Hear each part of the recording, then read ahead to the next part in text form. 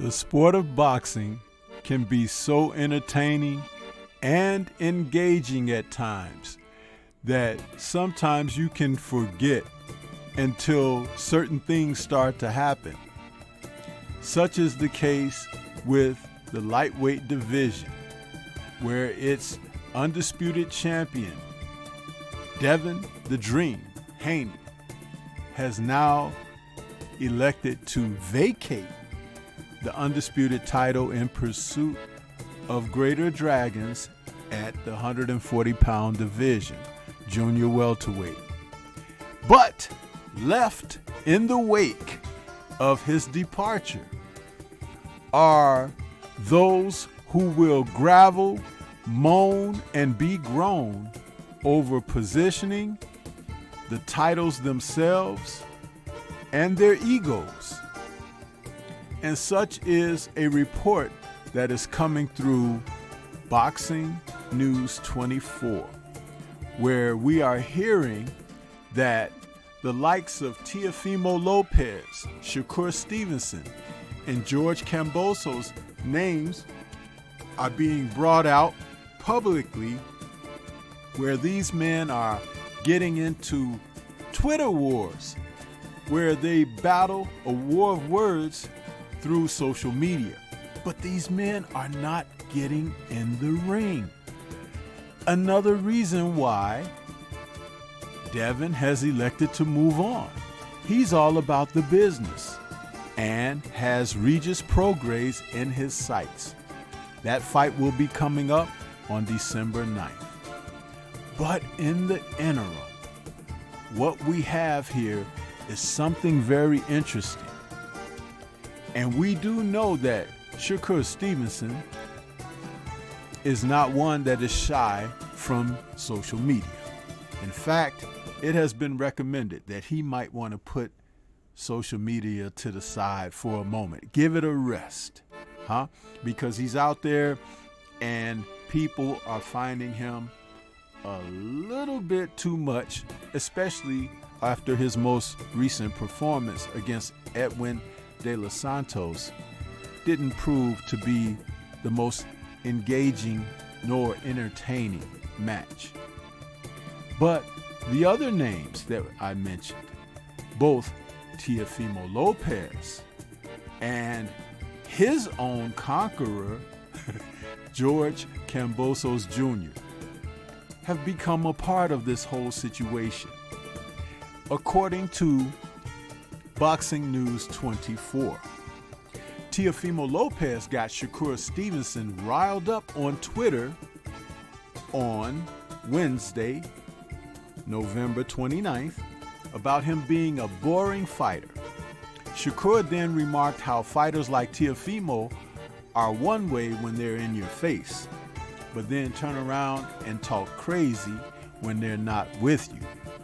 In the process of getting even with Teofimo, Shakur dragged George Kambosos Jr.'s name through the mud as well, calling him a bum, while reminding Teo that he had lost to him.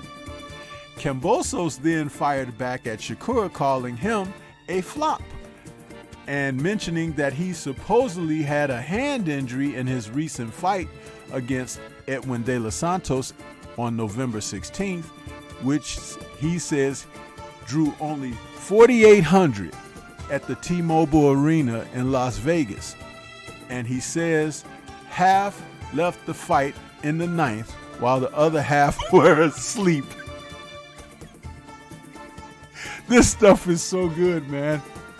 Dragging Kambosos into his beef with Teofimo was wrong of Shakur because he didn't do anything to have his name dragged into the argument. Chris Williams suspects that Shakur is still bitter about Kambosos not accepting a fight with him last year when he was trying to dig up an opponent, and he caught him at a bad time when he was going on vacation. WBO light welterweight champion Teofimo was speaking the truth about Shakur's fight with De Los Santos, putting fans to sleep. Instead of Shakur rejecting the criticism, he should have agreed to it because Teo, in his roundabout way, was trying to help him. It wouldn't have done Shakur any good if Teofimo poured false compliments over his head, making him believe he did good. If Shakur wants to become a pay-per-view star, he's got to stop running and using that pullback method. The criticism from your peers is the best. The article goes on. Teo slams Shakur. I don't know. Do you still want to see a $4 million man put your ass to sleep, said Teofimo Lopez to Sean Porter's YouTube channel, taking a verbal shot at Shakur Stevenson when he was asked if he was going to fight again or retire. Of course I'm talking about Shakur, said Lopez. It's interesting because there is also the print of what was said from Twitter. And Shakur is going as such. These dudes so shyest in your face 1 minute like they your mans and whatnot, but talk crazy about you to the next one. Then in reality, they forget they forget they bad nights they lose. I don't understand what he's saying right there. Teofimo said, nah, it's different. Once you sized me in the locker room, I was just trying to support you on your night. Yet you were focused on me, but don't stress it. Me and Jay the Pinky are good businessmen. Happy holidays, champ, says Teofimo. Wow. These guys, I'm telling you. See, Shakur has brought this on himself, man. He has become a social media disaster going through this situation. The article goes on to quote Teofimo saying, if you want to see entertainment, then pay the man for entertainment, said Teofimo, making it clear he wants to be paid well to resume his career after his big win over former undisputed light welterweight champ Josh Taylor last June. Hopefully, Teofimo, who's 19-1 with 13 KOs, doesn't hold out waiting for ESPN and Top Rank to offer him a king's ransom for him to return to the ring. As if his win over a washed Josh Taylor was a big enough victory for him to be offered $20 million purses. Yeah, I agree that that's way out of the league of what Teo should be commanding. I think they're looking to cash out, he and his family. Chris Williams hates to break the news to Teofimo, but Taylor is over the hill and has been since last year when he fought Jack Catterall. In other words, it will take much more than beating that washed up old guy for Teofimo to get the big bucks showered over his head by ESPN. It goes on to state that Teofimo needs to beat these type of fighters if he wants big money. Devin Haney, Jerron Boots Ennis, Shakur Stevenson, Gervonta Davis, Ryan Garcia, Regis Prograis, and Terrence Crawford. The article goes on to print the Twitter quotes from Shakur again, saying, nah, I'm talking about that asthma you had when Kambosa's bum ass was punching your face in and you couldn't breathe. Or the time when you fought Sandor Martin and had to ask yourself, do I still got it? You weird suckers, stay out of my face and there won't be no issues. Man, again, as I said, when the peers go in on one another, the only thing left to do is to make fights. These guys would do themselves a tremendous service and would get some great box office if they were to fight each other. Teofimo responded, talk about that jab, right? Tough crowd. Can't even call you a G at this point. Hashtag down bad.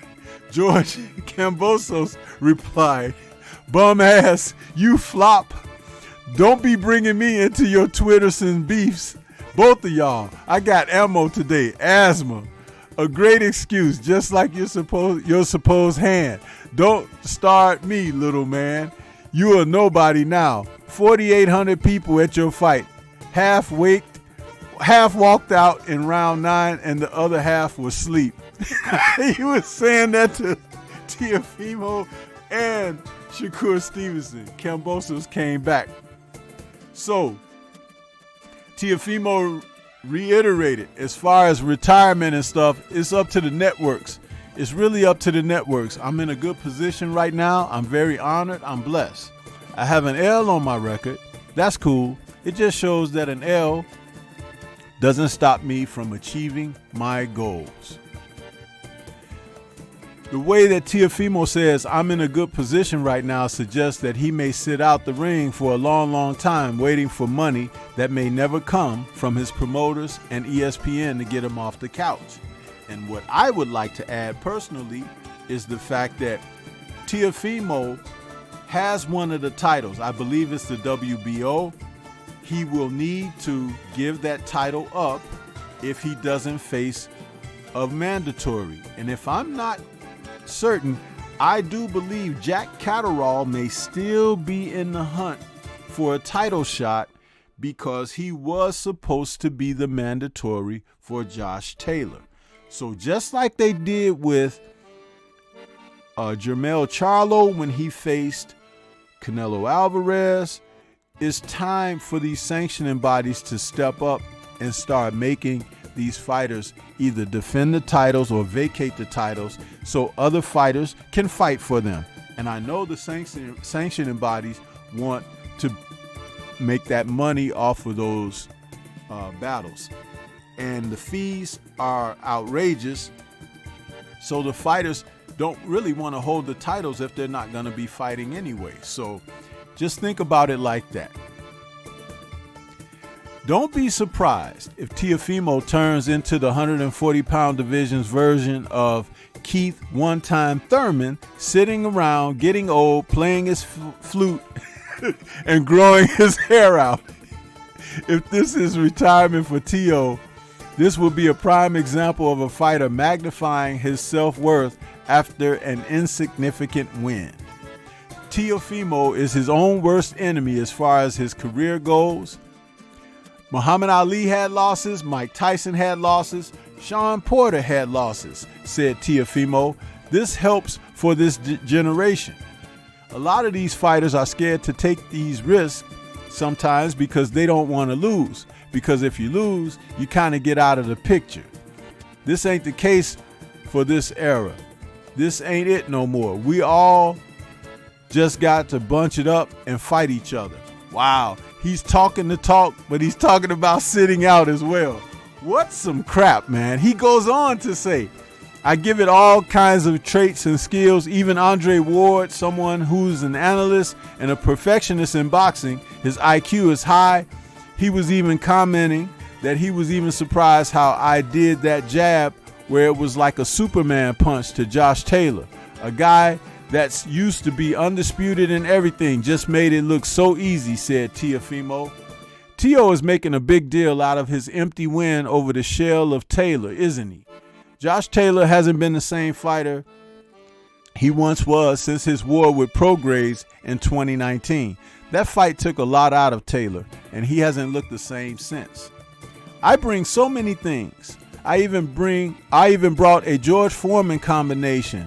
Now, cross guard defense that Foreman learned from trainer Archie Moore, because that's everything. I go back in time because that's where my future is at, said Teofimo. What a bunch of crap, man. This is so funny listening to these guys go back and forth, their banter and their interplay. But the most important thing at the end of the day, as I said before, would be for these men to face one another. And as long as they decide not to do that, it's going to be hard to really take in anything that they say, because it's not about the talk, it's about walking the walk, as Devin Haney has done away from this division. But what do you all think? This is Stormy B-Man. Shout out to the mighty LDBC and Liberated Perspective, a third eye view of the world. For more content such as this, please like, comment, subscribe, and share. Let me know what your thoughts are about these men, their Twitter battles, and the fact that they're not twitching to get in the ring to face one another. And I'll guarantee that when they put it on the line, people will come out to watch. Leave comments and let's discuss. Peace to everyone out there, and everyone please remain safe.